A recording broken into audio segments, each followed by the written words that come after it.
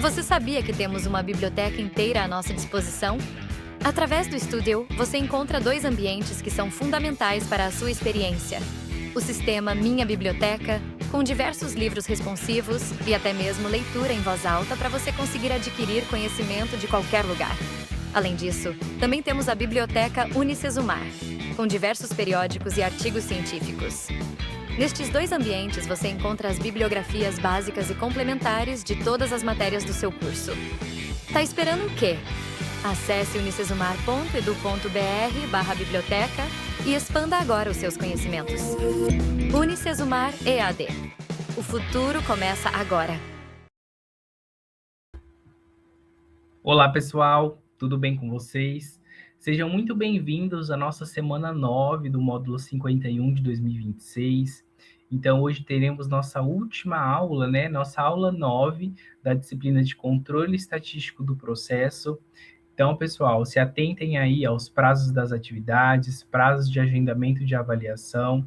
Então, nessa semana, iniciou-se o agendamento da avaliação presencial no Polo. Então, já deem uma olhada no calendário disponibilizado no ambiente da disciplina, verifiquem as datas. O quanto antes vocês conseguirem agendar, mais horários e dias disponíveis terão para vocês marcarem a avaliação presencial no Polo. Tá ok, pessoal?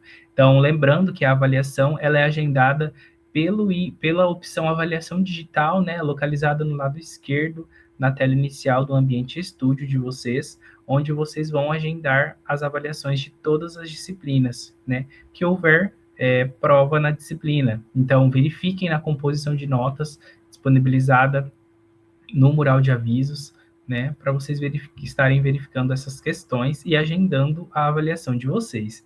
Além disso, pessoal, essa semana, então, teremos, ao final dela, né, teremos o prazo final de algumas atividades que estão em aberto. Então, atividades 2, 3 e também a atividade mapa. Então, já vão finalizando a atividade, já vão realizando as entregas, não deixe para a última hora, tá ok, pessoal? Então, desejo a vocês todos uma boa aula e um bom fim de módulo aí para vocês. Olá, turma, tudo bem? Sejam muito bem-vindos à nossa 9ª e última aula da disciplina de controle estatístico do processo, né? Estamos encerrando aqui o nosso módulo 51 de 2026.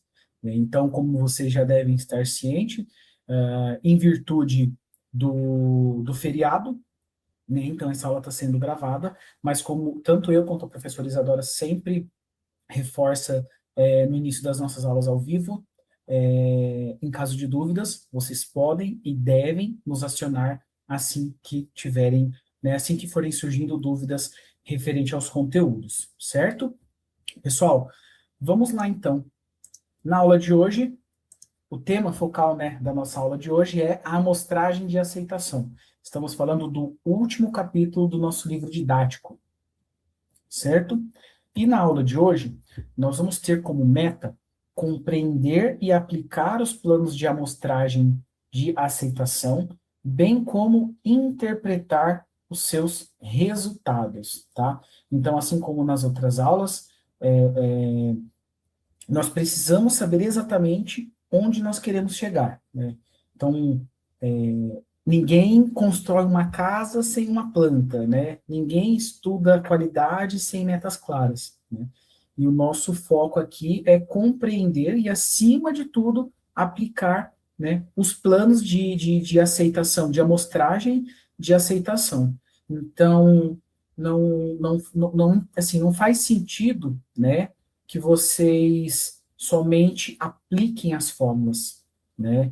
Então, eu não vejo que seja algo produtivo, somente saber aplicar, né? Quando estamos falando de controle estatístico do processo, nós precisamos interpretar. O foco do controle né, claro, tem toda a aplicação, mas nós não podemos deixar de lado a questão da interpretação, que é ali onde nós vamos tomar a decisão com base naquilo que foi calculado, tá?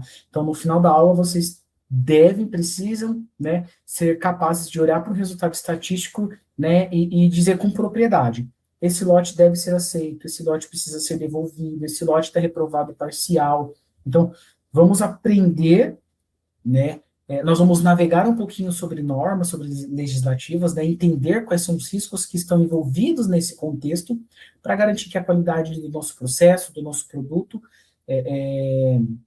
aconteça, né, na prática, assim como diz na teoria, certo? E que a gente não tenha nenhum tipo de problema. E quando nós estamos falando dessa amostragem de aceitação, nós estamos falando ali, né, no recebimento de matéria-prima, no recebimento de insumos, tá? E até mesmo na análise do produto durante o nosso processo produtivo, tá? Pensem comigo, né? Imagina que vocês trabalham no setor de compras e nós vamos receber ali um lote de 50 caixas de leite e o nosso plano, vamos pensar no exemplo aqui, o nosso plano de amostragem diz que após a gente testar ali, né, fazer a análise de 20 unidades, nós encontramos 3 caixas com problemas. Tá? O que a gente faz nesse sentido? A gente aceita, a gente vai devolver, né? Então, durante a nossa aula, é essa resposta que vocês devem ter, tá? A gente não vai ficar com um achismo, né? Sem saber sem tomar uma decisão concreta. Então, com base nesses planos de amostragem, nós vamos tomar uma decisão baseada em todos esses dados. Tá? Então, na aula de hoje, né, nós vamos falar de planos de amostragem por atributos e por variáveis. É literalmente como nós vamos chegar lá. Tá? Então, eu dividi entre nesses dois blocos. Né? Planos de atributo é o famoso passa ou não passa, né? O produto está quebrado, a embalagem está danificada, está manchada, está rasgada, tá? A cor não está correta, de acordo com a paleta, de acordo com o padrão. É literalmente uma análise binária, né? É o sim ou não, é o conforme e o não conforme, tá? Já, né, os planos por amostragem, aliás, por variáveis, tá? Digamos que aqui o buraco é um pouco mais embaixo, né? Então, aqui nós estamos falando de medições, tá? Estamos falando em quantificar, né? Quantos mililitros tem nessa garrafa, quantos quilos tem esse fardo, qual é a espessura exata da peça, qual é o diâmetro do parafuso, tá? Então, aqui nós vamos trabalhar com números contínuos, tá? Nós vamos entender também, né, quando usar um ou outro plano, tá? Na prática, tá bom? Então, vamos lá. Né? Mas antes disso, vamos dar um passo atrás, né? Porque o mundo decidiu que precisaríamos de normas para amostragem? Será? Né? Por que nós não podemos deixar que cada empresa decida como que ele quer conferir, como que quer analisar e avaliar seu produto? Então, pessoal, antigamente o que nós tínhamos era uma total ausência de uma padronização e confiabilidade. Deixa eu até colocar o meu ponteiro aqui. Aqui, ó. Uma ausência de padronização e confiabilidade nas análises internas. Então, imagina só que bagunça. Um fornecedor, ele batia o pé, né? Ele insistia falando que o lote estava em perfeito estado, né? Ele estava conforme, usando o critério dele, tá?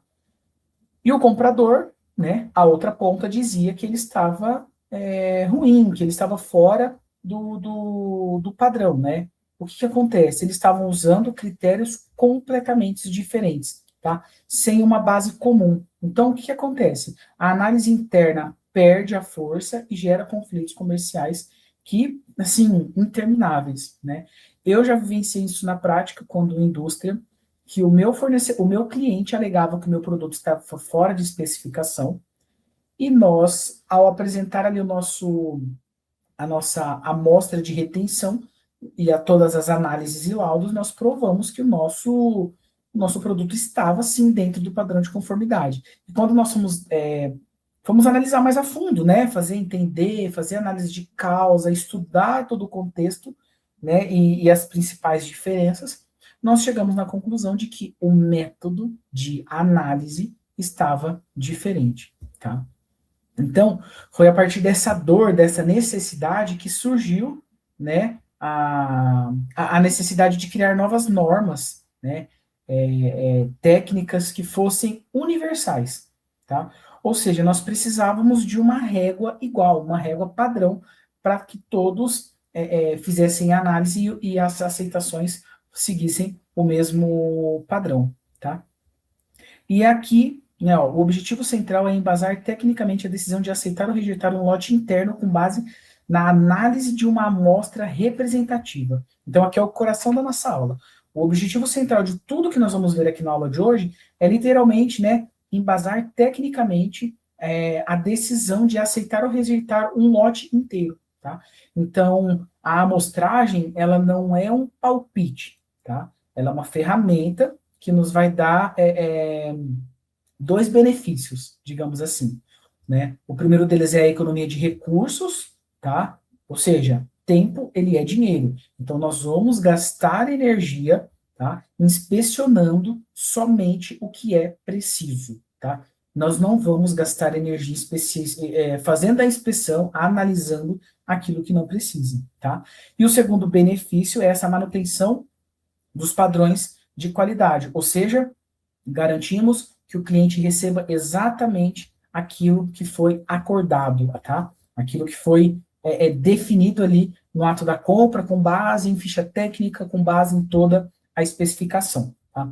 Imagine que vocês trabalham numa rede de supermercados, tá? Então, acredito que vocês devem se recordar que hoje eu também trabalho numa rede de supermercados, na posição no departamento de inteligência de mercado. Então, imagina que vocês trabalham comigo lá, né, nessa rede de supermercados, e nós recebemos ali uma carga com 10 mil latas de milho, tá? Latinha de milho verde.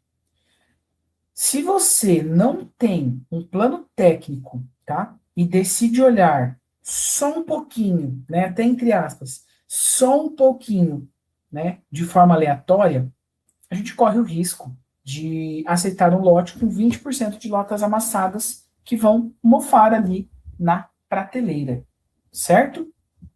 Quando você utiliza, né, quando nós utilizamos uma norma, tá? Quando nós temos ali um respaldo jurídico, uma técnica para dizer para o fornecedor, tá? Nós vamos estar falando de conformidade com base em normativas e tudo mais, tá? Então, olhem só a importância de ter um plano, né, de utilizar ali, né, esse embasamento técnico com base em normativas. A gente deixa de lado, né, aquela questão de acionar o nosso fornecedor, né, e falar, tivemos um pouquinho, né, um pouco de produtos fora de especificação, né, ou um X latas amassadas, a gente já vai acionar, né, o nosso fornecedor ali, sendo bem categórico, tá, e bem assertivo, né, é simplesmente chegar no fornecedor, né, conforme a normativa, sua carga está rejeitada, tá. Por que nesse formato? Por que ter esse embasamento técnico? Pessoal, porque isso traz autoridade, tá, para o nosso trabalho. A gente vai estar falando ali frente ao fornecedor que nós temos certeza que nós estamos sendo assertivos, tá, na colocação, no posicionamento que nós estamos tendo frente a essa reprovação, né, essa rejeição de produtos, tá? Tipos de inspeções, tipos de inspeção. Então, aqui nós entramos no dilema do gestor, tá? Qual que é o nível de rigor que eu devo aplicar, tá? Então, basicamente, nós temos dois tipos principais de inspeção. Nós temos a inspeção por amostragem e temos a inspeção total, tá? Essa inspeção total ela também é conhecida como inspeção 100%, tá? Nós já vimos, né, que a amostragem ela é o estudo de uma parte representativa, né? O próprio nome já diz, é uma parte representativa do montante total. Já a inspeção total é aquela onde nós vamos verificar e analisar cada unidade do lote que nós estamos recebendo, tá? Ou até mesmo que está sendo passando ali no processo produtivo, tá? Mas eu pergunto para vocês, quando realizar uma inspeção completa, né? E vocês também devem estar se perguntando, professor, nós temos as duas, mas quando utilizar a completa, quando utilizar a amostragem, tá? Muita gente pensa, né, e deve estar pensando enquanto o professor está aqui dando aula, está ministrando a aula. Professor, se eu olhar tudo, né, a qualidade ela é maior. Será? Né? Será que a qualidade é maior a partir do momento que eu estou olhando tudo? Pessoal, nós precisamos ter muito cuidado, tá?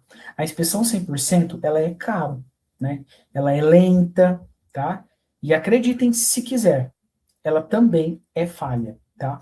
O ser humano, né? Por que que ela é falha? Porque o ser humano, ele cansa, tá? Então, nós estamos falando ali de 20 mil garrafas, tá? Depois de olhar ali 2.000 garrafas, a vista vicia, né? E o erro acaba passando, tá? Então, nós reservamos a inspeção total para casos mais críticos, tá? Componentes de segurança, né? Como, por exemplo, ali o airbag de um carro, tá? Produtos com alto valor agregado, tá? Ou até mesmo quando o custo de falha, né? Ele pode ser catastrófico. Digamos assim, inclusive, comentei nas aulas passadas, né? Os equipamentos de aeronaves, né? Os equipamentos de navios. Então, esse tipo de falha não pode acontecer, né, no processo produtivo, né? Essas peças não podem ir para o processo com falha. Então, nesse caso, nós utilizamos a inspeção total, né? A inspeção 100%. Por quê? Porque qualquer tipo de falha, ela vai ser catastrófica, tá?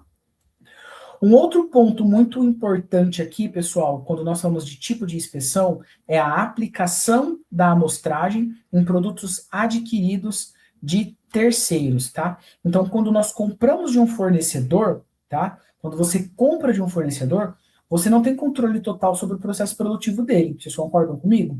Então, a amostragem de aceitação, ela funciona aqui como se fosse um filtro, tá? Na nossa porta de entrada. Então, nós recebemos a mercadoria, nós fazemos a aplicação da amostragem como um filtro da porta de entrada, porque eu não sei o que aconteceu, né, dentro do processo do meu fornecedor, tá? E essa é a segurança jurídica, né, e operacional que nós temos para garantir que o que foi comprado é exatamente aquilo que está sendo entregue, ou seja, quantidade, especificação, tá? Então, imagina só que nós recebemos ali deixa eu pensar num exemplo aqui para vocês. Lâmpadas, tá? Imagina que a gente recebeu ali uma carga de lâmpadas para o nosso estoque, para manter ele no estoque. Se testarmos, né, todas essas lâmpadas, ou seja, fazer essa inspeção 100%, além do custo de mão de obra, as lâmpadas, elas perdem tempo de vida útil, né? Então, elas podem quebrar no manuseio, elas podem, né, estourar. Então, assim, o próprio manuseio em si, em excesso, ele já é um risco para danificar, né? Já por outro lado, se eu não testar nada, eu posso vender lâmpadas queimadas, tá? E o que acontece? Uma vez que eu vendo o produto, lâmpada queimada, né? Eu vendo o produto danificado para o meu cliente, né? Qual que é a imagem, né? Eu perco credibilidade, né? A minha reputação quanto fornecedor, quanto empresa, quanto loja, né? Ela vai por água abaixo. Então, por isso que é muito importante. E aí é onde entra a questão da amostragem, que ela é o quê? Ela é o nosso equilíbrio, tá? Então, nesse caso da lâmpada, eu testo a quantidade certa para que eu tenha confiança estatística, tá? Sem comprometer a rentabilidade da minha operação, tá? Sem comprometer a vida útil da minha lâmpada, do equipamento em específico, certo? Trouxe o exemplo da lâmpada, mas nós podemos estender para todo e qualquer tipo de situação, tá? De análise ali na porta de entrada da nossa fábrica, tá? E, pessoal, nós precisamos ser realistas, né? Se a amostragem fosse perfeita, não existiria inspeção 100%, tá? E se a inspeção 100% fosse perfeita, também não teríamos a amostragem. Então, o segredo da gestão está em quê? Equilibrar esses pratos, tá? Vantagens e desvantagens da amostragem, tá? Vantagens: redução de custos operacionais e riscos de danos, ou seja, manusear menos o produto significa que nós vamos gastar menos com mão de obra e nós vamos reduzir ali a chance de quebrar ou danificar, tá? Aqui é eficiência pura, tá? Até essa questão de eficiência, né, redução de custo operacional e danificação. Trabalhei numa indústria de papel autoadesivo, né, e eu era responsável pela movimentação interna. Então, eu era muito cobrado e eu cobrava bastante da equipe também a respeito de colocar o produto no local certo da primeira vez. para a gente evitar esse manuseio excessivo. Por quê? Riscos de danificar, gasto excessivo de mão de obra, gasto de gás das empilhadeiras. Então, olha só, a vantagem de sermos assertivos, tá? Temos uma outra vantagem também que é da amostragem, que é o incentivo ao aumento da qualidade por parte dos fornecedores, tá? Por parte do fornecedor. Então, quando um fornecedor ele tem conhecimento que você tem um método rigoroso que pode rejeitar ali um lote inteiro por conta de qualquer falha na amostra, né? Ele redobra o seu cuidado, tá? Ele não quer ter prejuízo, né, de um caminhão voltado para a fábrica. Aqui também, nessa mesma fábrica, né, eu era responsável pela parte de recebimento, eu era responsável por toda a parte de logística, né, inbound, outbound e a movimentação interna, né, falando de logística empresarial, dentro da indústria.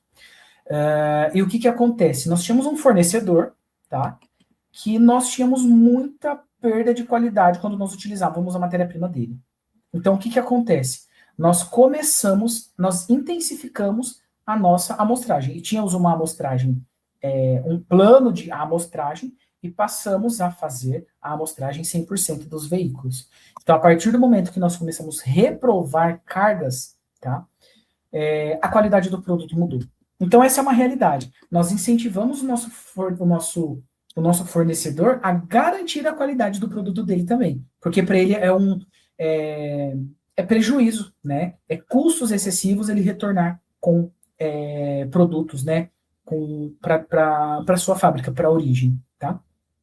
E desvantagens, né? Como tudo não são flores, nós também temos algumas desvantagens da utilização do plano de amostragem, tá?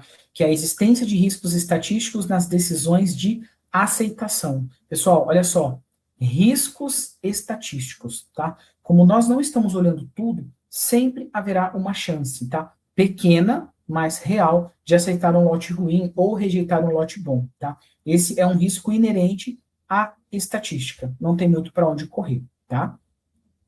E a necessidade também de planejamento técnico e domínio metodológico, tá? Então, ela exige, né, exige um planejamento e exige um domínio de quem está ali fazendo, tá? Então, não dá para fazer no olho, tá? Nós precisamos ter domínio técnico, domínio metodológico, tá? Para que todas as amostragens sejam feitas de forma que represente, né? Que tenha representatividade, que as amostras sejam representativas frente ao montante, tá? Se nós fizermos isso errado, a estatística vai mentir para nós, tá? Então, imagina ali que nós estamos recebendo um lote de taças, né? Taças de cristal para a seção de bazar, né? Falando ali da rede ainda de supermercados.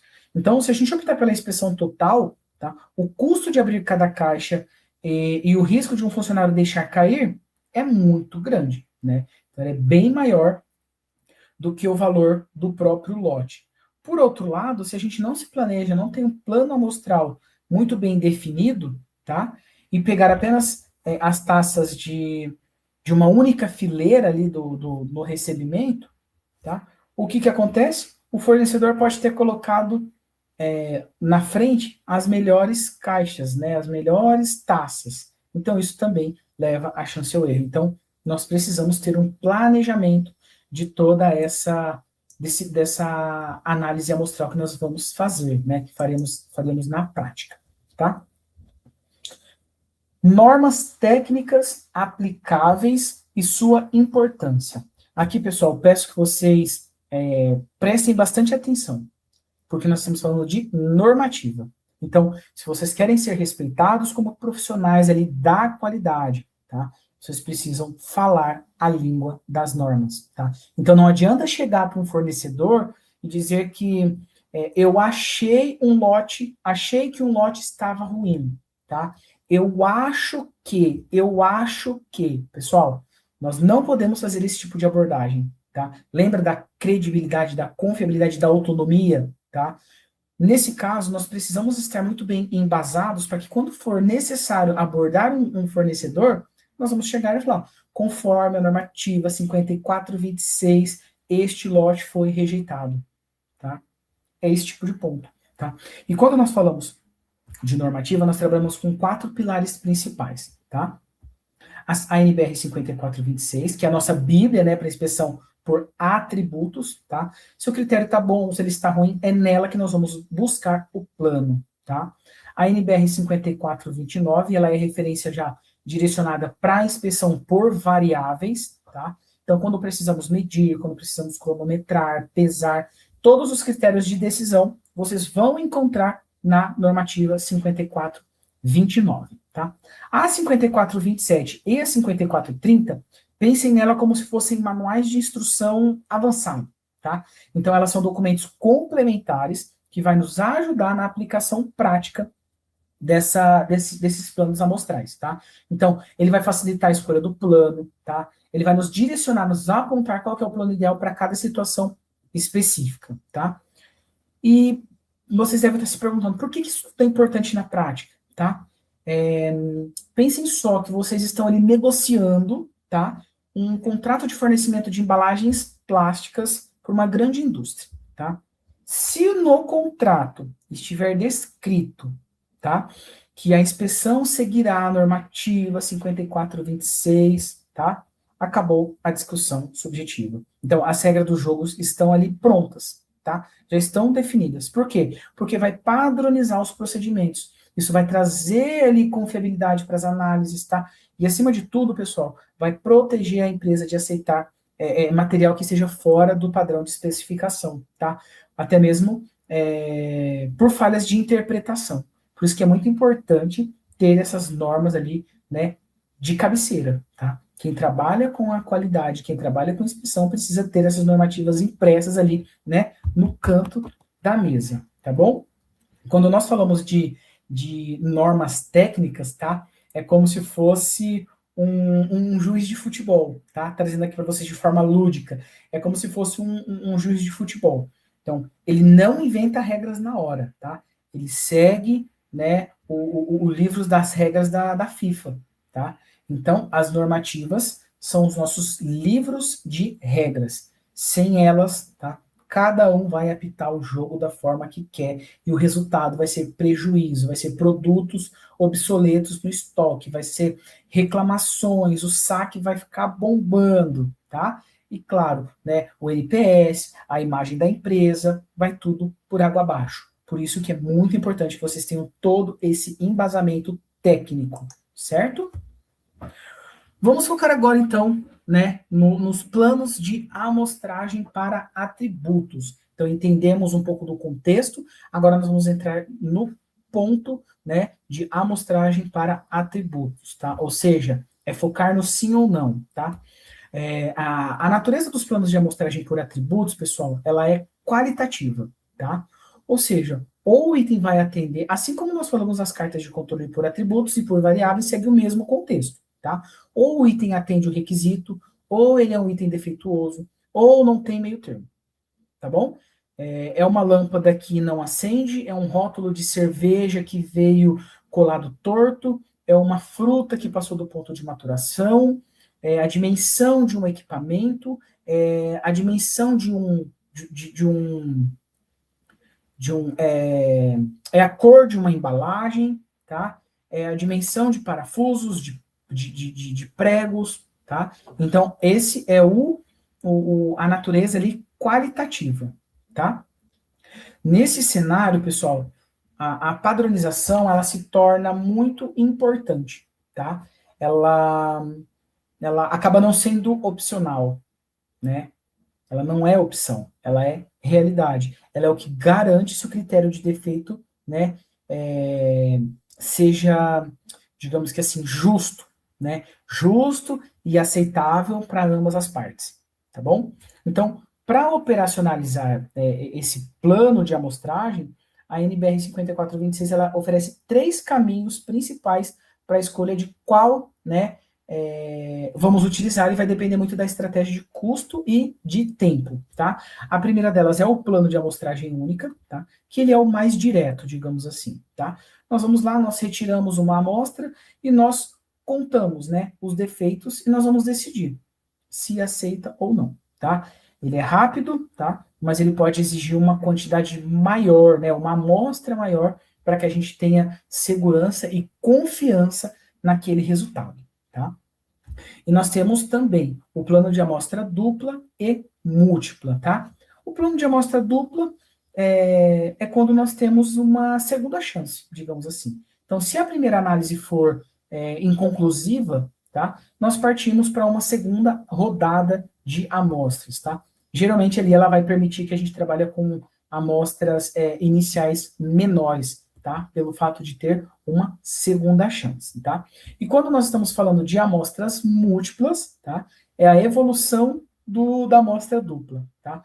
Então, nós podemos ter várias etapas de análise antes da decisão final, tá? Diga-se de passagem, ele é o mais complexo, tá? Mas pode ser também o mais econômico em questões em termos de quantidade total de itens que estão sendo testados, tá? Pensem ali para poder exemplificar isso tudo, né? Imagina que vocês estão ali na recepção de um carregamento de latas em conserva, tá? Se você utilizar o plano único, você vai lá e abre 50 latas de uma vez, tá?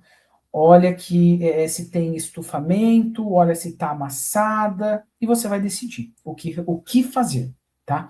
Se nós estamos utilizando ali o plano duplo, tá?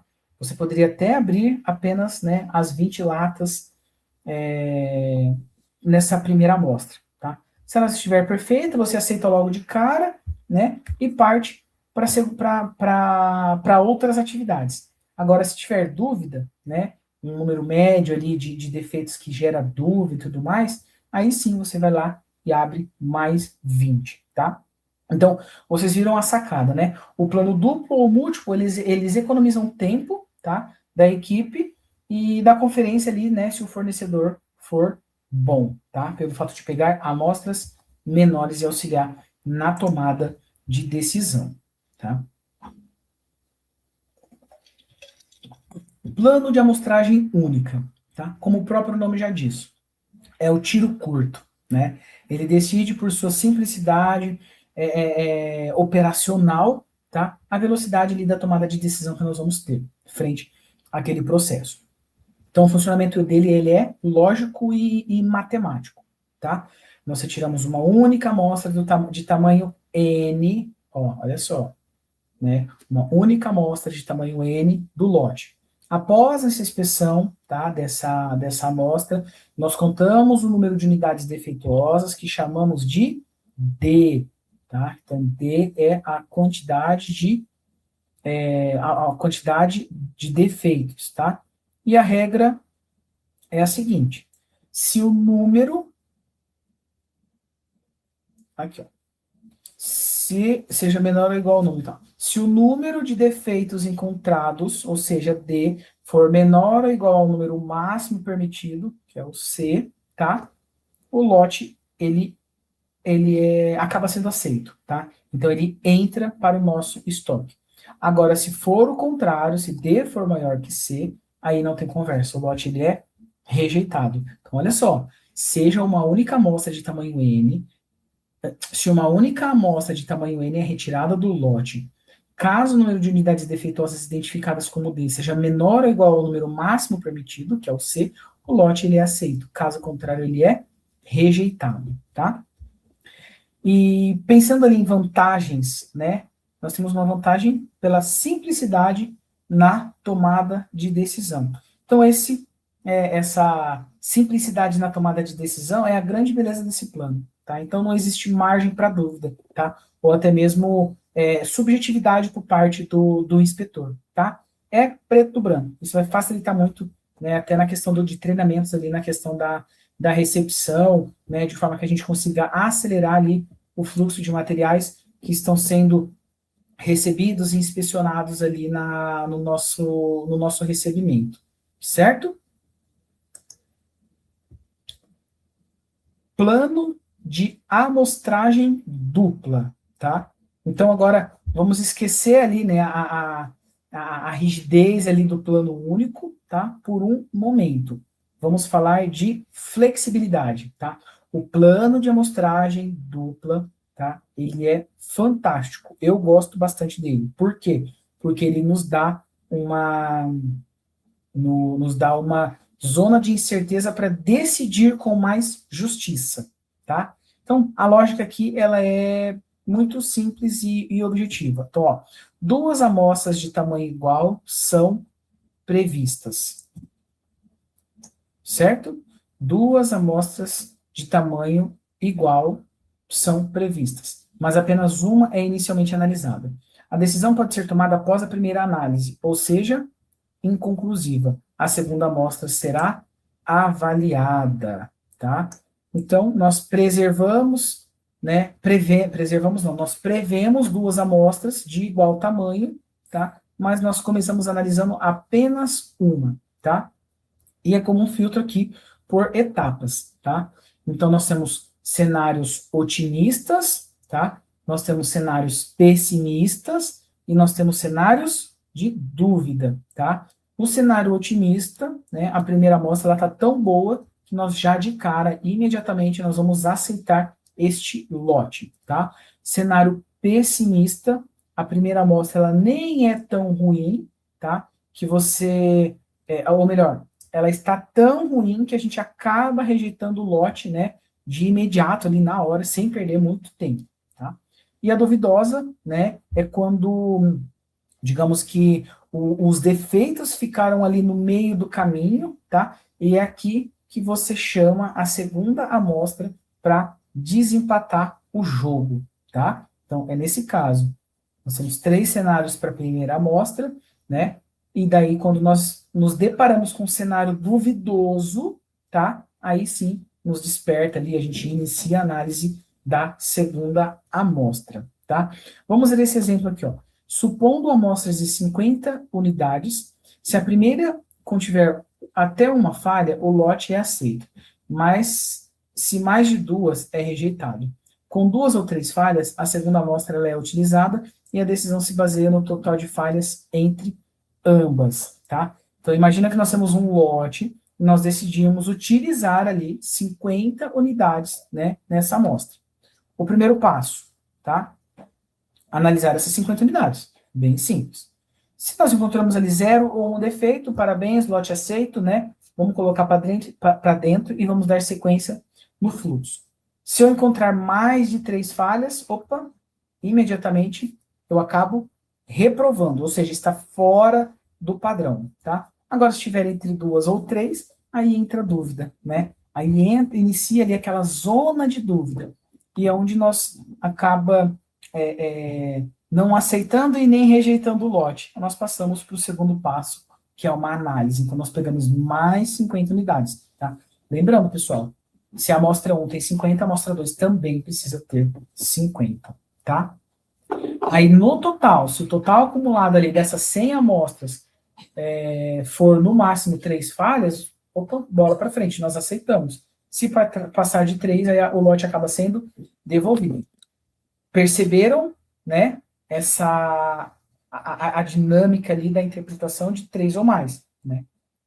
Na dúvida, também segue o critério de 3 ou mais, acabo reprovando, por mais que sejam as 2 amostras, né, 100 unidades. Eu não estou falando de somá-las, tá? Certo. Vamos lá, então. Plano de amostra múltipla, tá? Então, se o plano duplo, ele já era, né, já parecia inteligente, né? O plano de amostragem múltipla, ele nos leva ali a nossa eficiência operacional para outro patamar, é outro nível, tá? Então, ele é basicamente uma extensão do plano duplo. Então, imagine o seguinte, tá? Em vez de apenas 2 chances, aqui nós podemos ter até 7 amostras sucessivas, tá?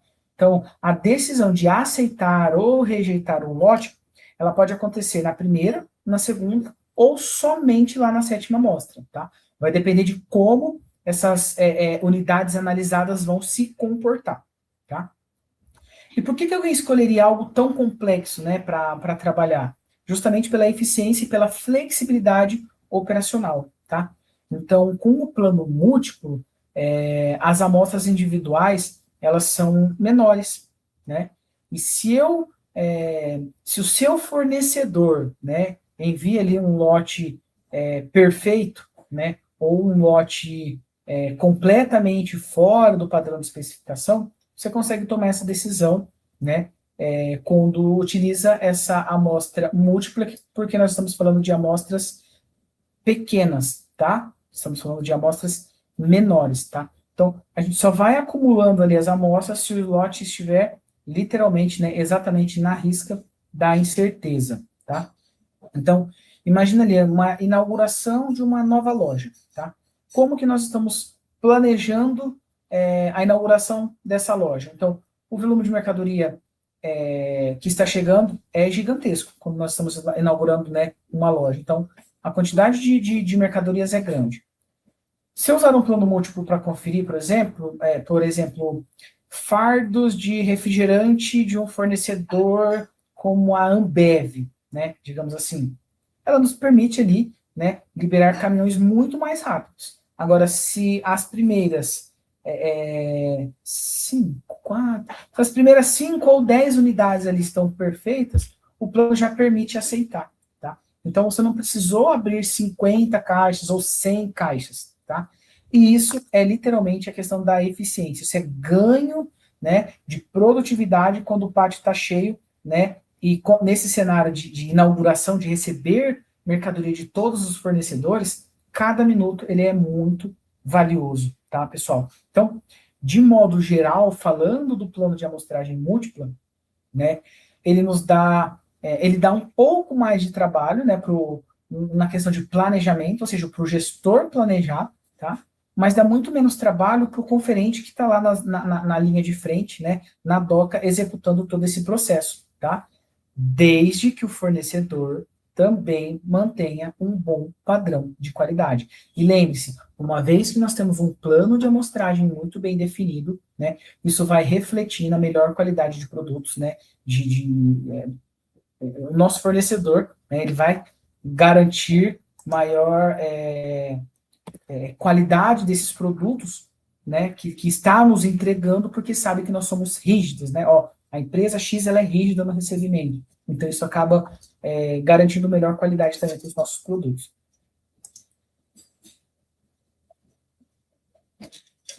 Mas lembrando, né, não é porque nós temos um plano de amostragem definido que o fornecedor pode entregar de qualquer forma, né? Então, vai muito também da credibilidade e confiabilidade, tá? De ambas as partes, certo? Beleza, então, nós já entendemos os conceitos, mas agora eu pergunto para vocês, como é que eu descubro o tamanho que eu devo testar, tá? Dentro do plano de amostragem múltipla. Eu vou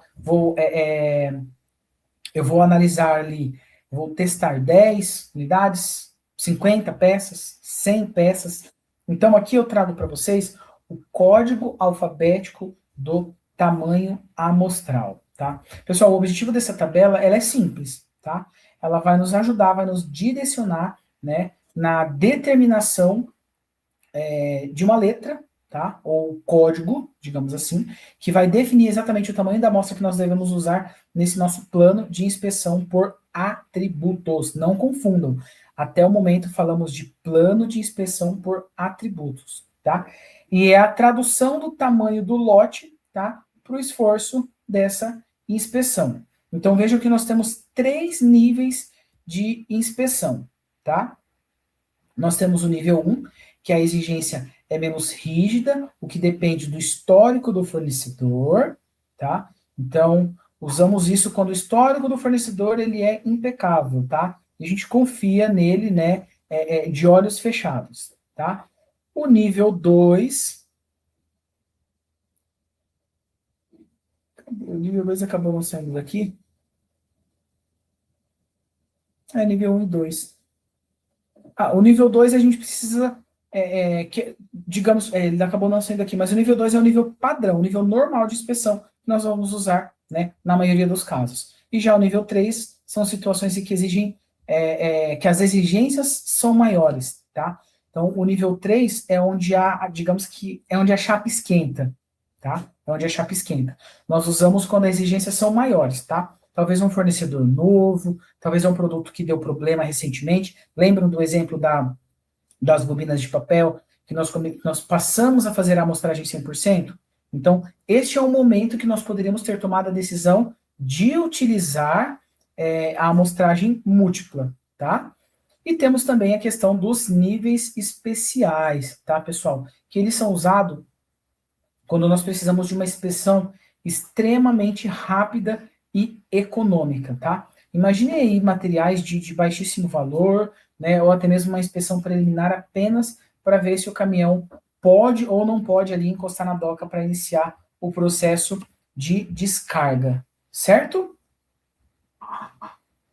Um exemplo aqui, né, falando um pouquinho desses níveis, né, pensem só, né, olhando para a tabela, tá, digamos que estamos recebendo um lote com 4.000 unidades, tá, 4.000 unidades de um único produto. Observe, eles estão aqui na faixa de 3.200 a 10.000, tá, o tamanho do lote, certo? No nível 2, o padrão, né, da nossa letra seria a letra L, tá? Ó, a letra L. Se o fornecedor, né, for excelente, né, for um fornecedor bom, e estivermos no nível 1, olha só, estou falando e estou mostrando aqui para vocês, tá? Se ele estiver no nível 1, a letra cai para J, tá? Ou seja, inspeção menor. Se o lote for crítico, nós estivermos no nível 3, tá? Ele sobe para o M, tá? Ou seja, uma inspeção mais rigorosa, tá? E por que isso é importante na carreira de vocês, pessoal? Dominar essa tabela é o que dá autoridade, tá? Na frente de um fornecedor. Tá? Imagina ali um fornecedor como o Ambev, como o Danone, que são grandes fornecedores. Tá? Se você rejeita um lote usando a letra errada, você pode estar cometendo um erro técnico grave que pode custar caro até mesmo para a própria empresa. Tá? Então, por isso que é muito importante esse domínio. E é aqui onde a engenharia de produção garante que a decisão ela não é baseada em achismo. Tá? Ela é baseada em normas, né, em normativas consolidadas. Certo? Ainda falando, né, do plano de amostragem múltipla, tá? Então, respirem fundo, não se apavorem, né? Se no slide anterior era o mapa, né, aqui nós estamos falando do GPS, olha só, tá? Então, essa é a famosa tabela, né, da normativa 5426, isso. Ela é da 5426, tá? E ela apresenta para nós os limites exatos de aceitação e de reprovação, de rejeição para lote que esteja ali sob condições normais de inspeção, tá? Então veja como que ela funciona. Olha só, aqui na primeira coluna à esquerda nós temos o código alfabético, tá? Nós acabamos de aprender a encontrar no slide anterior, tá? Ao lado, tá, a tabela nos dá o tamanho da amostra, tá? Se sua tabela for L, tá, e o tamanho da amostra for 200, tá? Olha só, se a letra for L, né, você não pode simplesmente chutar, né, e falar que são 200 unidades. Certo? Então, olhem, código L, tamanho da amostra 200, tá? Você não vai chutar falando a quantidade de amostras, automaticamente nós já sabemos que ela é 200, conforme a tabela, tá? Aqui no topo da tabela, pessoal, nós temos os níveis de qualidade aceitável, tá? Que é o famoso NQA, tá? Ali dentro da inspeção normal. Agora, isso, tá? É o que foi combinado em contrato ou definido pela gerência, tá? Como sendo um erro máximo ali tolerável, tá? Que seja qual que é o nosso NQA, tá? O pulo do gato está na leitura. Tá? O pulo do gato está na leitura. Então, lembrando, a quantidade aceitável, primeiramente, ela é definida em contrato ou definido pela própria gerência, tá? Imagina só, pensando aqui lá no chão de fábrica, tá? Mas um detalhe importante, pessoal, que vocês precisam observar. Reparem nas setas, tá? Se você cruzar, né, a letra com o NQA e cair em uma seta, o que a gente precisa fazer? Precisamos seguir a direção dela até encontrar o primeiro par de números. Um exemplo, se eu estou falando aqui de E13, tá? Eu estou falando que o aceitável é 0,15. Então, eu corro aqui, ó, E13, 0,15, eu venho até a coluna do 0,15, eu preciso descer até encontrar a observação. Então, nesse caso, tá? Aceito, é aceitável, né? 6 itens rejeitados dentro dessa amostra, tá? Essa é a leitura. Que é o mesmo exemplo aqui do código L, tá? Então, ó, o código L, tá? Ele mostra uma unidade, uma amostra de 200 unidades, tá? Digamos que o NQA é igual a 1.0. Aqui, 1.0, ó, 1.0. Então, nós descemos, tá?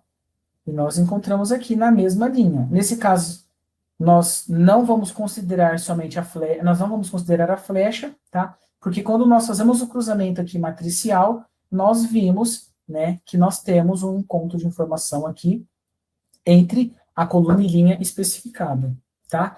Aqui, cruzando a linha L com a coluna 1.0, nós temos os números 5 e 6, certo? Nós temos os números 5 e 6. E o que isso significa? Significa que, ao inspecionar 200 itens, se nós encontrarmos até 5 defeitos, o lote ele é aceito, tá? Se nós encontrarmos 6 ou mais, o lote ele é rejeitado no momento, assim, na hora, tá? Na hora. Então, sempre que vocês tiverem um fornecedor tentando contestar uma carga devolvida, pessoal, mostrem essa tabela. Vamos utilizar ali dados e fatos, tá? Porque essa tabela ela é incontestável, certo? Então, onde eu trabalho mesmo, quando nós recebemos grandes volumes, tá? É essa precisão que vai evitar, né? Que evita que a gente coloque produto sem qualidade, fora de especificação, né? Com baixa qualidade nas nossas gôndolas ali na nossa rede de supermercados, tá? E claro, ao mesmo tempo, né, evita que a gente seja injusto, né, junto com um bom fornecedor, né, frente a um bom fornecedor, por conta de uma falha isolada, né, uma falha mínima ali isolada no processo, certo? Então, lembre-se, leva em consideração código da amostra, tamanho da amostra e o número ali, né, de inspeção normal, o NQA, para fazer esse cruzamento e definir qual que é o número de aceitável ou não, certo? Pessoal, até agora nós estávamos na superfície, digamos assim, né? Olhando o que é visível a olho nu, tá? A lata amassada, o rótulo rasgado, certo? Agora nós vamos falar de precisão, tá? Então nós vamos iniciar agora os planos de amostragem para variáveis, certo? Nesse caso, pessoal, nós não trabalhamos com opiniões, tá? Nós vamos trabalhar com medidas contínuas, tá? E nós estamos falando de metros, tá? Ou seja, o comprimento desse cabo está correto, o comprimento da mesa, da bancada está correto, tá? O comprimento da caneta está correto, tá? Quilogramas, tá? O fardo de arroz, né, realmente tem 5 quilos, estamos entregando menos, né? Lembrem da legislação, tá? Multas. Ou então estamos entregando mais, sobrepeso, né? Eu entrego 5 quilos e 100, mas eu só estou recebendo, né? Eu entrego 5 quilos e 100, mas eu só estou recebendo ali o proporcional a 5 quilos, então eu estou tendo um sobrepeso, perdas no meu processo. Então, é esse tipo de análise, tá? E a questão também, né, dos segundos, né? Vamos pensar num exemplo aqui. O tempo de resposta de um equipamento eletrônico, né? Ele atende o requisito? Então, estamos falando de medições, medidas contínuas, tá? A grande diferença aqui, pessoal, entre esses dois planos de amostras, tá? É que nesse plano de amostragem para variáveis, tá? Ele nos diz o quanto o item está fora do padrão. Não é se está ou não. Ele vai nos falar o quanto ele está fora do padrão. Então, se uma peça ela deve ter 10 centímetros, tá? Nós sabemos que ela tem 10 centímetros, 10,1 centímetros, tá? É muito mais rico do que apenas falar não passou, ou seja, não está dentro do padrão. Ou seja, eu tenho mais informações referente a isso, tá? Isso nos dá um nível de detalhamento muito maior comparado, né, com o processo por atributo, né? E conseguimos ali, né, pensando ainda nesse detalhamento, né, um detalhamento muito maior comparado à saúde do nosso processo, à saúde do processo produtivo do nosso fornecedor, tá? Então, ele mostra o quanto está fora, beleza? E vocês devem estar se perguntando, né, professor, se o plano por atributos ele é mais simples, por que eu deveria, né, me dar o trabalho ali de ter que medir um por um, tá? Então, por que usar, né, a amostragem por variáveis, tá? E a resposta está na eficiência estatística, tá? Vejam os dois lados. Nós temos por um lado, os planos por variáveis, eles exigem menos amostras, tá? Como a informação que tiramos de uma medida, ela é muito mais rica do que simplesmente está bom ou não está, tá bom? E a matemática nos permite usar esses grupos menores de itens para chegar, né, na mesma conclusão estatística, tá? Isso a gente acaba economizando tempo ali operacional, tá? Em contrapartida, né, em compensação, né, essas inspeções elas são mais caras, então você precisa de equipamentos calibrados, tá? Muitas vezes vocês precisam de uma mão de obra qualificada, uma mão de obra especializada para operar, para manusear esses instrumentos, tá? E para operacionar esse nível de precisão, nós temos dois caminhos técnicos que devem ser trabalhados e detalhados, que é o método M, tá? E o método K, certo? Imaginem que vocês estão recebendo ali, né, um carregamento de garrafas de vinho, tá? De alto valor agregado, certo? Quando nós estamos falando do método de atributo, eu teria que abrir, né, talvez ali 80 garrafas para verificar o volume, tá? Se está correto, se estou tendo prejuízo ou não. Pelo método de variáveis, eu preciso medir apenas 15 garrafas. Ou seja, mesmo que o custo de medir essas 15 garrafas seja um pouco maior por conta do equipamento de precisão, tá? O fato de de pegar menos amostras ali, acaba sendo mais rápido e compensando financeiramente, tá? Ou seja, é o famoso ROI, né? O retorno sobre os investimentos. Ele é o que vai separar, né, um conferente, né, de qualquer outra questão, certo? Então vamos falar aqui, subir um pouquinho o nível da nossa análise e nós vamos falar do método K, tá? O método K é a nossa ferramenta de escolha quando o processo possui apenas um limite crítico definido, tá? Ou eu vou ter o meu limite inferior, ou eu vou ter o meu limite superior do processo, do meu processo produtivo, tá? Então, antes de calcular, nós precisamos entender os pesos e medidas que definem, né, o rigor dessa inspeção, tá? Então, nós trabalhamos com dois pares de valores fundamentais, tá? O primeiro par, tá? O par 1, ele é o risco do fornecedor, ou seja, é a probabilidade estatística de cometermos ali um erro, de rejeitar um lote que na verdade estava bom, tá? Que é o nosso famoso P1, tá? que é e o P1, que é o nível de qualidade aceitável, ou seja, é a proporção de defeitos que ainda consideramos tolerável para ele, tá? Alfa e P1 é o meu par 1, certo? Par 2 é o beta e o meu P2, tá? O beta é o risco do consumidor, tá?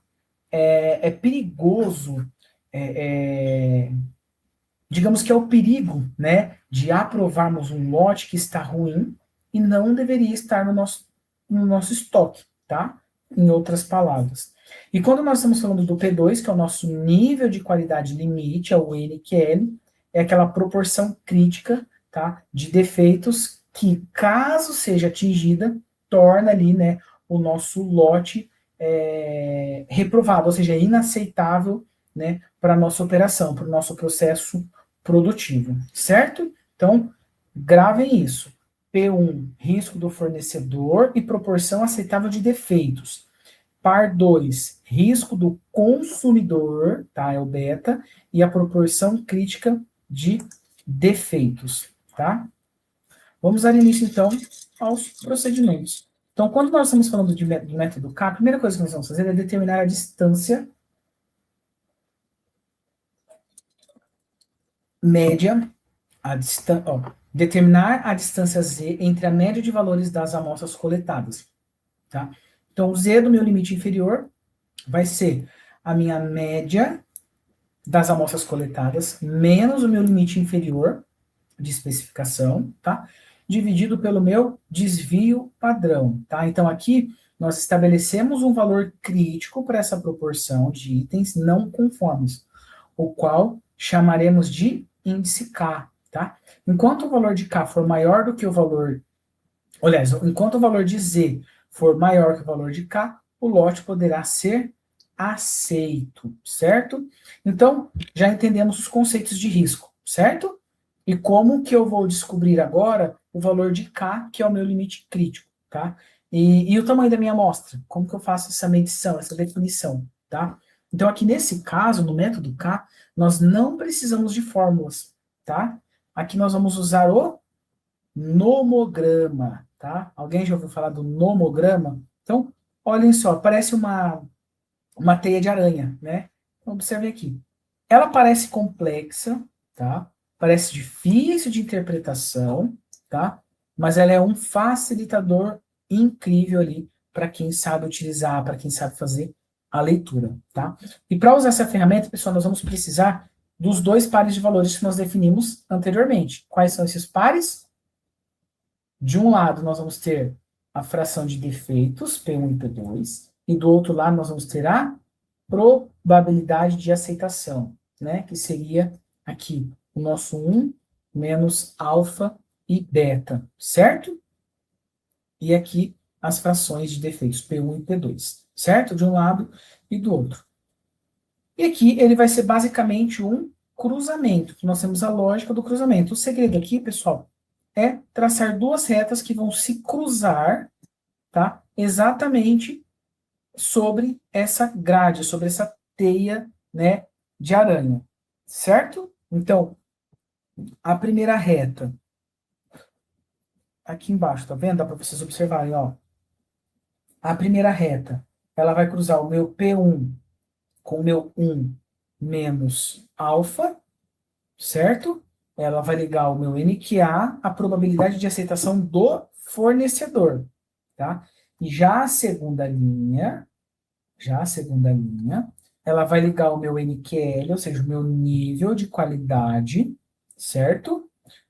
Ao risco do consumidor, que seria o meu beta, certo? O ponto de cruzamento entre essas duas linhas, né, que ela vai nos dar ali o cruzamento, é uma informação extremamente importante e é isso que nós estamos buscando, tá? Então, na linha que curva do ponto, nós vamos ler o valor de K, tá? E nas linhas que sobem ou descem, nós vamos ter o valor da amostra necessária, tá? O valor de N. Então, vamos lá para um exemplo, tá? Então, ó, para ninguém sair daqui com dúvida, olha o exemplo. Supomos um caso no qual tenhamos o risco de fornecedor alfa igual a 5% e o risco do consumidor beta, igual a 10%, usando NQA de 1% e NQL de 5%. Tá? Vale reforçar que para o risco do fornecedor, representa-se o valor de 1 menos A, que será, portanto, de 95%. O risco do fornecedor deverá ser ligado ao NQA, enquanto o risco do consumidor deverá ser ligado ao NQL, que é o que nós falamos, certo? Então, vamos lá. Vamos pensar nos dados do nosso problema, tá? Risco do fornecedor, que ele fala aqui, 5%. Mas bastante atenção, tá? Porque no gráfico nós vamos usar a probabilidade de aceitação, tá? Então, que é 1 menos alfa, ou 1 menos beta, certo? Se eu sei que o meu nível alfa de aceitação é 5%, significa de aceitação, o risco, né, é de 5%, então automaticamente a minha probabilidade de aceitação vai ser 95%. Deixa eu colocar a caneta aqui. Cadê a caneta? Então, esse 5%, eu estou falando de aceitação, igual a 95%. Nossa, que letra feia. Eu já estou usando o mouse, não estou usando a minha telinha. A minha mesa digitalizadora, por isso que ficou feio. Mas deu para entender, né? 5% de risco, 95% de aceitação, tá? O meu NQA, tá? Para P1 é de 1%, ó. 1%, certo? Esse valor deve ser ligado ao risco do fornecedor. Então, eu tenho aqui, ó, o meu P1 de 0,01, ou seja, 1%, eu vou ligar com o meu 0,95, que é a minha probabilidade de aceitação. Deixa eu colocar o ponteiro que fica mais fácil. Então, 0,01, que vai ser ligado ao 0,95, que é o meu nível de aceitação, certo? Agora nós vamos para o consumidor, o risco do consumidor. O risco do consumidor é de 10%, certo? O risco do consumidor é de 10%, ou seja, 0,10. O NQL é de 5%, ou seja, 0,05. Então, esses valores devem ser ligados, né, com o risco do consumidor, e daí nós traçamos a linha aqui no nomograma, nesse gráfico, né, que tem, parece até uma teia de aranha. Tá? Então, vamos lá, a gente pega a régua, aponta um no outro e traçamos. Aqui nós temos o veredito estatístico, digamos assim, tá? Que é o cruzamento, tá? Vejam que as linhas se cruzam, tá? Num ponto nós temos aqui uma intersecção, um ponto de encontro. E exatamente, né, ele cai exatamente sobre uma linha, tá? Então, nesse caso, o meu valor de K vai ser igual a 0,95. Olha só a linha verde aqui, ó. Tá?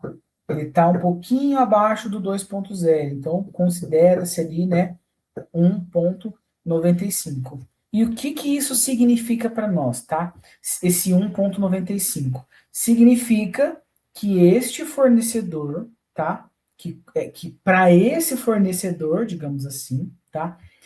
O sarrafo ali está na altura de 1,95. Então, quando nós formos para o pátio fazer a medição, né, dos produtos desse fornecedor, nós vamos fazer um cálculo matemático, né, que nós vamos ver no próximo slide como que ele é feito. Se o nosso resultado for maior que 1,95, ele vai entrar. Se for menor, nós vamos reprovar, tá? E isso é literalmente, né, inteligência técnica ali que está sendo aplicado, tá? Porque nós não vamos estar chutando se o produto é bom ou se ele não é. Nós vamos estar seguindo ali, né, um rigor estatístico que vai proteger ali a margem de lucro da empresa, que vai dar satisfação ao cliente na gôndola, porque eu vou estar trazendo somente produtos que estejam dentro dessa especificação técnica, certo?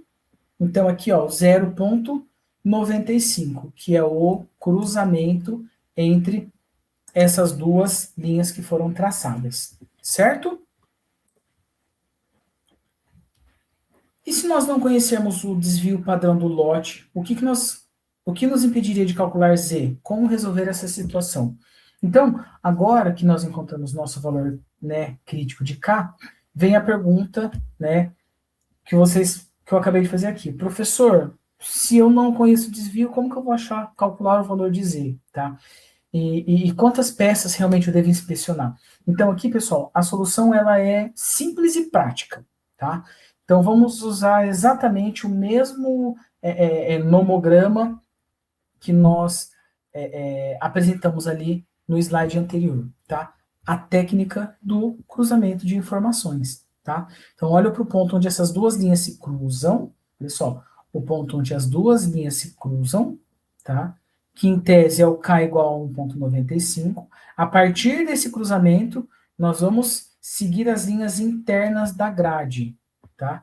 Nós vamos seguir as linhas internas da grade. Veja que a linha amarela aqui destacada é parte do cruzamento, e nós temos aqui o tamanho amostral N para o plano de desvio padrão desconhecido, tá? Então, eu tenho um índice, eu não tenho o valor, se eu não tenho o valor do índice K, que eu calculei ali atrás, anteriormente, eu posso utilizar aqui e ver a quantidade, né, o meu plano de amostra e com o desvio padrão desconhecido, tá? Então, ó, seguindo essa linha, chegamos a N igual a 52, tá? E por que isso é a melhor versão da gestão, tá? Pensem comigo, pessoal, um lote com 10 mil unidades, tá? A estatística, ela está dizendo que você só precisa medir 52, tá? Para ter uma segurança técnica ali, né? E ter uma conferência, né? Mais rápida, e liberar o fornecedor, né? Mais rápido.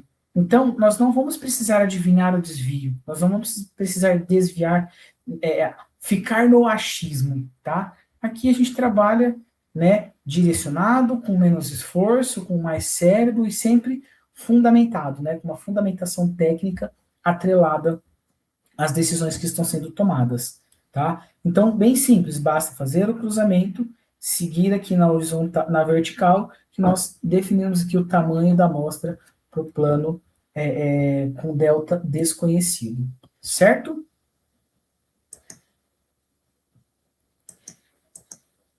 Ainda 52. Certo. Vamos falar agora, ó, olha só. Seguindo aqui, vamos falar ainda do método 4. Então, preste atenção agora, porque esse é o segredo para quem quer ser extremamente eficiente ali na DOCA, tá? E se nós conhecermos o desvio padrão do lote? Se eu conheço, né, o desvio padrão do lote, então muitas vezes nós trabalhamos com fornecedores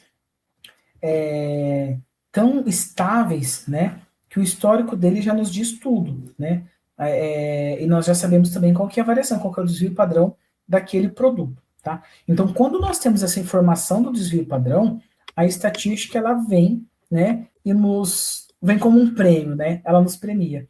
Então, nós precisamos de muito menos unidades de amostras, porque eu já conheço o desvio padrão, tá? Então, digamos que a amostra não vai ser mais 50 unidades, 52 unidades, conforme anteriormente, ela vai ser menor, porque agora eu conheço, né, o meu desvio padrão. Então, como que eu faço essa leitura no gráfico? Então, nós partimos do mesmo ponto do cruzamento, tá? Que nos deu o K igual a 1,95, mas agora, ao invés de subir, eu vou fazer o quê? Eu vou descer, tá? As linhas para aqui, ó, na vertical, para baixo, tá? E vejam que a linha amarela, tá? Vejam só, a linha amarela, ela vem aqui na escala, né? Entre 15 e 20, bem próximo do 20, tá vendo? Então, aqui nós encontramos 18 unidades, certo? Então, olha só, se eu sem conhecer ali o desvio padrão, eu preciso inspecionar ali, medir 52 unidades. Com o desvio padrão conhecido, eu faço a medição, a inspeção de apenas 18 itens, tá? Isso, pessoal, 18 ali para 55, a gente está falando de uma redução de quase 65% do trabalho de inspeção. Então, imagina isso na prática, né? Imagina isso na rotina do dia a dia, o quão significativo, né, vai ser o nosso tempo gasto na inspeção, tá? Podemos até utilizar esse método, pessoal, como uma estratégia de redução de custos operacionais, tá? De forma direta, não é nem de forma indireta, tá? Então, quanto mais informações nós temos do nosso processo, tá? Menos esforços de amostragem nós vamos ter para garantir a segurança e a confiabilidade, né, no nosso cliente, do nosso fornecedor, certo? Agora vamos conhecer o método M, tá? Se o método K, ele foca no valor crítico de distância, tá? O método M, ele vai focar no percentual máximo tolerável, ou seja, a gente está falando de tolerância máxima de itens fora do padrão, tá? Então, ó, a primeira metade desse método segue exatamente o mesmo procedimento do método K. E por conta disso, usaremos as mesmas condições que encontramos para a situação em que não temos desvio padrão conhecido, em que K é 1,95 e o tamanho da N da amostra é 52, certo? Então, nós já sabemos o valor de K e nós já sabemos o valor de N, tá? O diferencial desse método, pessoal, veja aqui nesse gráfico, ele é um nomograma que usamos para encontrar o valor de M, que representa o limite máximo da proporção de itens não conformes, né, que nós estamos dispostos a aceitar dentro daquele lote que está sendo analisado, tá? Então, vamos lá, vamos seguindo. Primeiro passo, tá? Calcular o valor da abscissa do eixo horizontal, tá? Então, aqui, digamos que o papo, né, o jogo fica um pouco mais sério, porque nós precisamos determinar o valor de M, nós não temos ainda, né? Nós não temos o valor de M, que seria a nossa abscissa. Basta aplicar os valores que nós calculamos lá no método K. Nós sabemos que K é igual a 1,5 e N é igual a 52. Então, basta aplicar, tá? Essa fórmula, tá bom? Vamos ainda aqui. Então, lembrem lá, 1,5, 52. Vamos localizar no gráfico, tá? Então, agora nós olhamos para o eixo horizontal, tá? O eixo X do nosso monograma, tá? E veja aqui onde eu destaquei o 0,35 e o 0,40. Esse é o nosso ponto de partida para encontrar o veredito, né? O veredito final. Certo? Por que esse cálculo ele é vital, ele é importante? Ah, não, pessoal, esqueci de um detalhe aqui, ó. Tá? O nosso valor da abscissa aqui, calculando, né, eu acabei passando direto e falando que eu destaquei. O valor da abscissa aqui, ele vai ser 0,36, tá? Então, ele está dentro desse intervalo de 0,35 e 0,40, tá? Esse é o ponto de partida inicial, certo? Esse cálculo ele é extremamente vital, porque nós estamos falando de embasamento técnico, certo? Então, embasamento técnico. Então, o segundo passo, escolha a linha traçada no nomograma que apresente o valor mais próximo do nosso N, certo? Então, escolha a curva da amostra. Nesse exemplo, tá? O nosso tamanho da amostra é N igual a 52, tá? Como nós não temos uma curva exata para 52 no gráfico, por segurança, nós vamos escolher a linha tracejada mais próxima, que representa ali o 50, certo? Então, passo 1, ó, subida na vertical, tá? Subida na vertical. Então, ó, nós já sabemos que a nossa abscissa é 0,36. Então, eu vou seguir aqui, partir do 0,36 eu vou subir até que ele se encontre na linha do valor de n igual a 50, ó.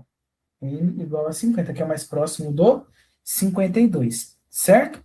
Feito isso, eu vou para o passo 2, tá? Então, aqui eu tenho o passo 2 e vou para o passo 3. Então, o passo 3 vai ser a leitura do resultado, que é o ponto onde a vertical tocou aqui a nossa curva dos 50. Então, a curva dos 50, eu venho até aqui o nosso passo. Certo? Ficou claro? Então, ó, nós temos, então, como resultado final dessa análise, dessa verificação pelo método M, seguindo os 3 passos, ó, partindo do valor da abscissa, encontrando na curva do n igual a 50, né? E onde ele se encontra, eu venho para o passo 3 até encontrar o meu eixo y, tá? O meu eixo y é o final. Então, nesse caso, encontramos o valor de m, ó, o valor de m próximo de 0,040, digamos que ele 0,038, certo? E o que esse número nos diz? Tá? O que esse número nos diz? O que ele significa? Tá? Isso significa que, para esse lote específico, tá? Com todo o rigor, com toda a criticidade que foi definida, o percentual máximo estimado de itens defeituosos para que o lote seja aceito é de 3,8%. Ou seja, deixa eu até pegar a caneta aqui.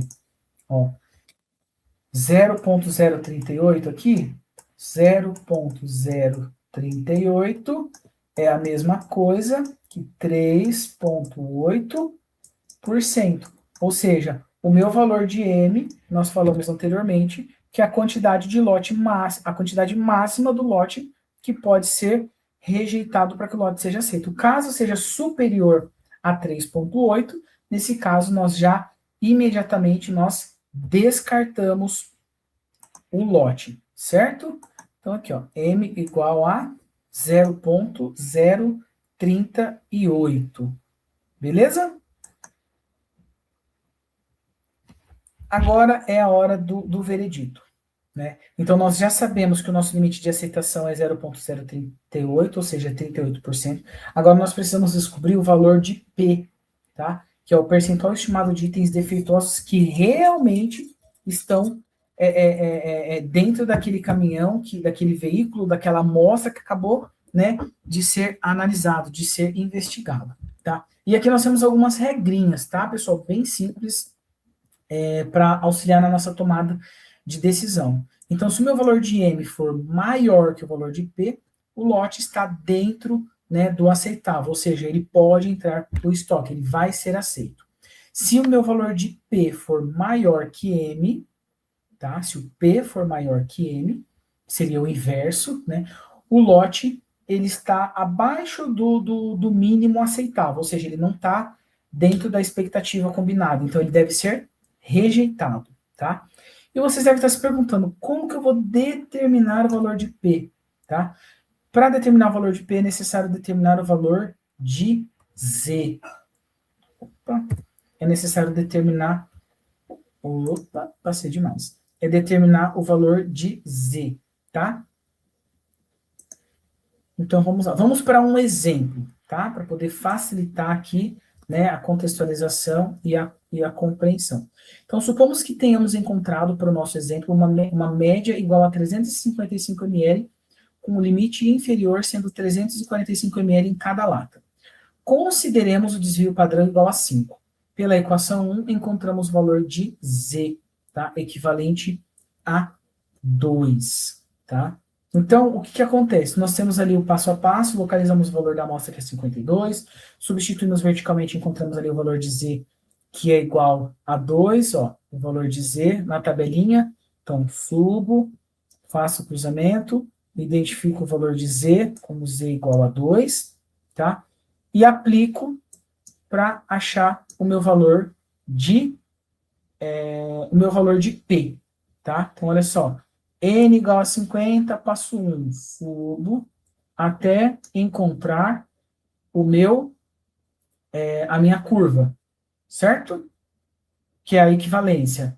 achei o meu valor, que é correspondente ao passo 3, o meu 100p é igual a 2, basta aplicar, e eu sei que ele é 2%, tá? Nosso limite aceitável, que nós calculamos lá atrás, é o 0,038, tá?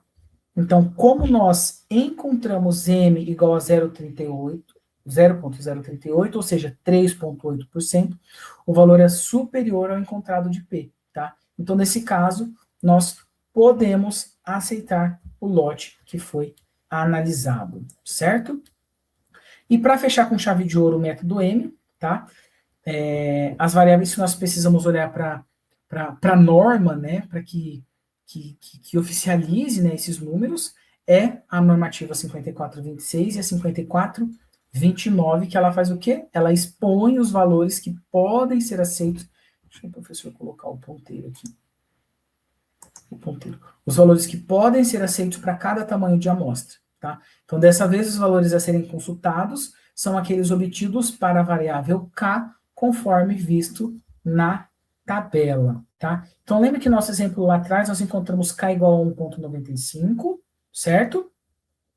E para uma amostra de tamanho 52, tá? 52. Então, nesse caso, nós vamos utilizar a linha dos 50, tá?